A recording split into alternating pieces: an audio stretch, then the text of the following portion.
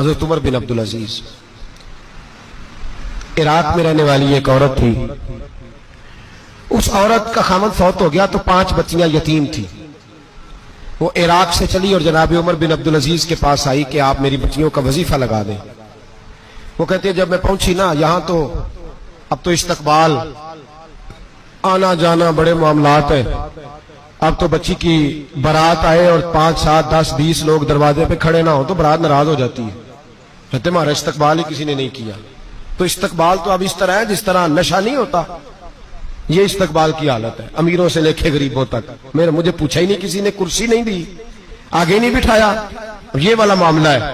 اور میں میری طرح کے لوگ نیک لوگوں کی بات نہیں کرتا. اب تو ہم دیکھتے ہیں فلاں مولانا کا استقبال ہو رہا ہے, فلاں کے لیے لوگ کھڑے ہو رہے ہیں, نعرے لگ رہے ہیں. اور اب تو میں دیکھتا ہوں ایسے ایسے ہاتھ لہراتے ہیں صوفی اور درویش کہلانے والے, جیسے سیاسی لیڈر لہرایا کرتے ہیں. یہ کیا طریقہ ہوا؟ یہ کون سا طرز زندگی؟ میرے نبی پاک صلی اللہ علیہ وسلم نے فرمایا جو خواہش کرے کہ میں آؤں اور لوگ کھڑے ہوں وہ تو جہنمی ہے, تو دوزخی ہے. سارے وہی طریقے ہم اختیار کرتے جا رہے ہیں, وہی پروٹوکول ہے ہر جگہ. وہ لوگ جن کے دروازے کھلے ہونے چاہیے تھے وہاں بھی ہر وقت کے لیے معاملات طے ہو گئے.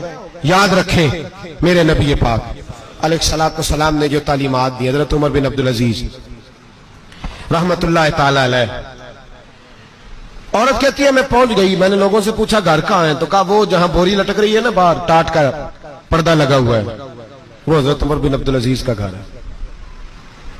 کہتی ہے میں دروازے پہ دستک دی تو ایک عورت نے دروازہ کھولا تو مجھے بی بی جان کے اندر بلایا. تو ان کے گھر کے اندر جب میں داخل ہوئی تو بڑا سارا سین تھا, ایک جانب کنواں لگا تھا, ایک طرف ایک بڑا درخت تھا اور ایک چھوٹا سا بنائی ہوئی تھی جگہ برتن دھونے کے لیے. اور بی بی نا برتنوں کو مٹی لگا کے صابن لگا کے بیٹھی ہوئی تھی, کام کر رہی تھی وہ عورت. مجھے اس نے درخت کے نیچے بٹھایا, پانی پلایا. کیسے آئی ہو؟ میں نے کہا امیر المومنین سے ملنا ہے. کہنے لگی بیٹھو تھوڑی دیر میں آ جاتے. کہتی تھوڑی, میں نے سمجھا گھر کی کوئی ملازمہ ہے, میں بیٹھ گئی. تھوڑی دیر گزری پھر دستک ہوئی, اس بی بی نے اٹھ کے دروازہ کھولا تو جب وہ شخص اندر آئے تو کہنے لگی بڑی دیر سے برتنوں کو صابن لگا کے بیٹھی ہوں, کہاں رہ گئے تھے؟ کہتی ہیں وہ صاحب کہنے لگے بس ذرا مصروف ہو گیا تھا, دوڑے گئے کنویں سے پانی نکالا, بی بی کو دیا, اس نے برتن دھوئے.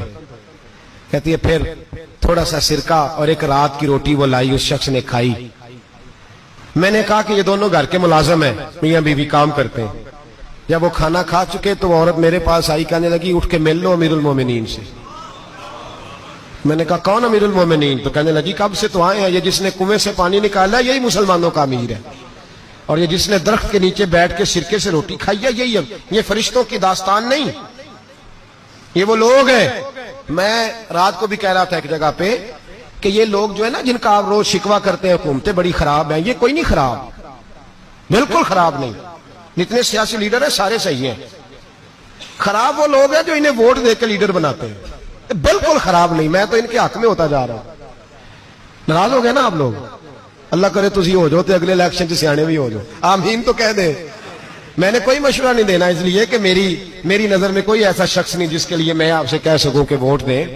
اور ہم تو ایسی بات کریں تو کئی لوگ ناراض ہو کے چلے جاتے ہیں, لیکن کوئی پرواہ نہیں, اس لیے کہ یہ دین میرے نبی پاک کا دین صرف مسجد کا دین نہیں. انشاءاللہ آئندہ جمعہ نظریہ پاکستان بیان کروں گا اور بتاؤں گا کہ پاکستان کا مطلب کیا, لا الہ الا اللہ محمد رسول اللہ صلی اللہ علیہ وسلم. حضور کا جو قرآن نافذ ہوگا مسجد میں, وہ قرآن کچہری میں بھی نافذ ہوگا انشاءاللہ. اور وہ قرآن نافذ ہونے آیا ہے, اسمبلیوں میں وہی قرآن نافذ ہوگا انشاءاللہ. اور یہی چراغ جلے گا تو روشنی ہوگی. بیان کریں گے اور ڈٹ کے بیان کریں گے, آپ کو بتائیں گے. بات جو بات سمجھا رہا ہوں فی الوقت وہ سمجھے, مجرم وہ نہیں جو بڑا بن کے لوٹتا ہے, مجرم وہ ہے جو اس کو سپورٹ کرتا ہے, جس نے اسے بڑا بنایا ہے. یہ یاد رکھ لیں. ہماری کوئی بچت نہیں ہوگی, ہم سے پوچھا جائے گا, ہم سارے کچہری میں کھڑے ہوں گے, اللہ سوال کرے گا کہ تم بتاؤ تم ان کے مددگار کیوں بنے تھے, تم سپورٹ کیوں کرتے تھے, یہ پوچھا جائے گا اور ہم نے جواب دینا ہے. بہرحال عام دام پر سر مطلب جناب عمر بن عبدالعزیز رحمت اللہ علیہ کے وہ بی بی گئی تو کہنے لگی کہ یہ امیر المومنین نے کہا, وہ اٹھ کے حاضر ہوئی, کہا حضور میں عراق سے آئی ہوں, میرا خامد فوت ہو گیا, میری 5 بیٹیاں ہیں, وظیفہ لگا دے. وہ بی بی کہتی ہے میرا دل تھا کہ یہ 3 بچیوں کا 100 دینار سال کا لگا دیں گے تو بڑی بات ہے. کہتی ہیں جب میں ان کے پاس گئی تو حضرت عمر بن عبدالعزیز کو بتایا تو وہ رونے لگ گئے اور مجھ سے معافیاں مانگنے لگے. میں نے کہا حضور آپ کیوں معافی مانگتے ہیں؟ تو کہنے لگے اس لیے معافی مانگ رہا ہوں کہ تو میری رعایا میں تھی اور تیری 5 بچیاں یتیم تھی, تجھے خود چل کے آنا پڑا ہے. میرا کام تھا تیری خبر لیتا, معاف کر دے اللہ کی رضا کے لیے. انہوں نے وظیفہ لکھنا شروع کیا تو میری ایک بچی کا 1000 دینار سال کا لکھا. میں نے کہا اللہ تیرا شکر ہے. پھر دوسری بچی کا 1000 لکھا تو میں نے کہا اللہ تیرا شکر ہے. تیسری کا 1000, چوتھی میں نے کہا شکر ہے. جب چوتھی کا لکھا تو میں نے کہا اللہ آپ کا اقبال بلند کرے, اللہ آپ کو ہمیشہ اسی طرح پھلتا پھولتا رکھے. کہتے ہیں جناب عمر بن عبدالعزیز نے قلم رکھ دیا, فرمانے لگے میں 5ویں کا وظیفہ نہیں لکھوں گا, 4 بہنوں سے کہنا بانٹ کے اسے بھی دے دیں. کہا حضور کیوں؟ آپ فرمانے لگے جب تک تو اللہ کا شکر ادا کر رہی تھی میں بھی رب سے جڑا ہوا تھا اور اللہ سے ڈر کے لکھ رہا تھا. اب تو نے میری تعریف کی ہے, اب میری ذات آ گئی ہے. اب میں اگر یہ وظیفہ لکھوں گا تو اس سے اللہ راضی نہیں ہوگا, اس سے میرے نفس میں ریا پیدا ہوگی.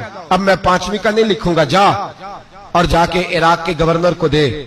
بی بی کہتی ہے میں گھوڑے پہ بیٹھی اور میں چند دنوں کے بعد عراق پہنچی. جب سویرے آ کے میں نے والی عراق کو رکا دیا تو وہ چیخ مار کے رویا. میں نے کہا کیا ہوا؟ تو کہنے لگا بی بی آج رات کو حضرت عمر بن عبدالعزیز کا انتقال ہو گیا, فوت ہو گئے. تو انتقال کر گئے. کہتی میں بھی تڑپ کے روئی. میں نے کہا میری یتیم بچیوں کا کیا بنے گا؟ تو وہ گورنر کہنے لگا تیرے وظیفے جاری رہیں گے, تجھے ملتے رہیں گے. تو کہنے لگی کیسے؟ کہنے لگا میں اگر تو گورنر رہا تو تیرا وظیفہ جاری رہے گا, اور اگر گورنری سے اتر بھی گیا تو میں ذاتی طور پہ مالدار ہوں, پھر بھی تیری بچیوں کے ماہانہ پیسے پہنچتے رہیں گے. میں نے کہا تو کیوں دے گا؟ کہتی میں رو پڑا. کہنے لگا اگر امیر حضرت عمر بن عبدالعزیز جیسے ہو تو پھر اللہ گورنروں کے دلوں میں بھی رحم ڈال دیا کرتا ہے, پھر میرے جیسے لوگوں کو بھی وہ بدل دیتا ہے. حضرت عمر بن عبدالعزیز گھر آئے, 3 بیٹیاں تھیں. ایک کو آواز دی وہ آئی تو اس نے منہ پہ ہاتھ رکھا ہے, دوسری کو آواز دی وہ آئی تو منہ پہ ہاتھ رکھا ہے, تیسری کو آواز دی تو منہ پہ ہاتھ رکھا ہے. آپ نے اپنی بیوی سے کہا کہ یہ بچیاں منہ پہ ہاتھ کیوں تینوں نے رکھا ہوا ہے, کیا بات ہے؟ تو بیوی رو پڑی, کہنے لگی 4 دن ہو گئے میری بیٹیاں پیاس سے روٹی کھا رہی ہیں, 4 دن ہو گئے. ان کے منہ سے بدبو آتی ہے اس لیے وہ آپ کے سامنے آتی ہیں تو منہ پہ ہاتھ رکھ لیتی ہیں 4 دنوں سے. بی بی رو رہی ہے. حضرت عمر جلال میں آ گئے.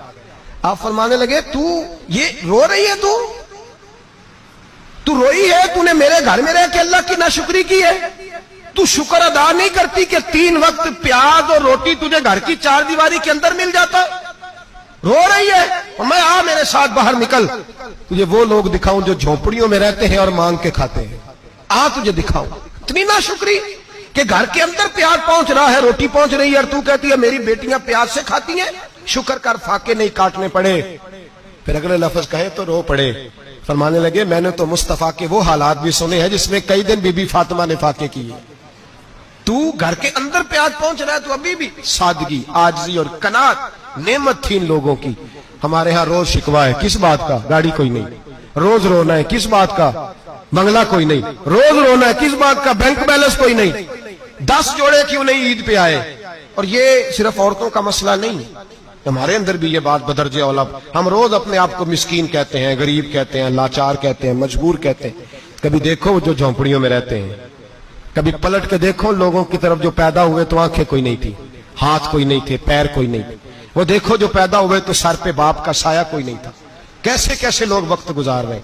ہم روز آ کے کہتے ہیں کاروبار ٹھنڈا ہو گیا, حالات بڑے خراب ہو گئے, ہم بڑے مجبور. کیا ہو گیا صاحب؟